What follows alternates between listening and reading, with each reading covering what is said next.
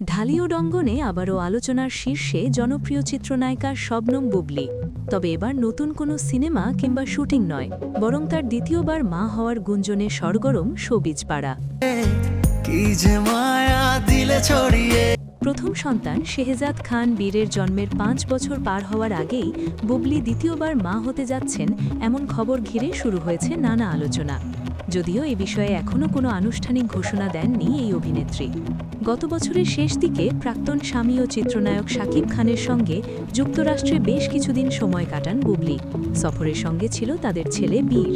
সেখান থেকে দেশে ফেরার পরেই তার অন্তঃস্থতা হওয়ার গুঞ্জন ধীরে ধীরে ছড়িয়ে পড়ে।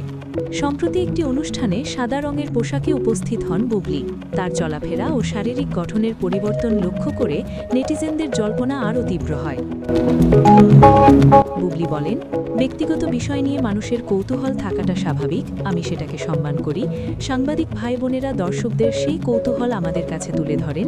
তবে আমার মনে হয় ব্যক্তিগত বিষয় নিয়ে কথা বলার জন্য আলাদা সময় ও উপলক্ষ থাকা দরকার।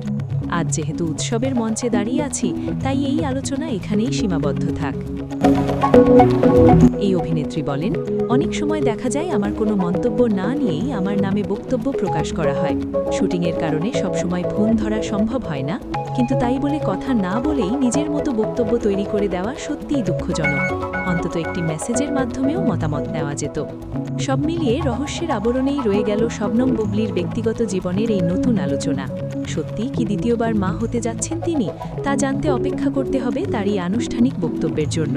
নার্গিস আক্তার, বাংলাদেশ হেরাল্ড।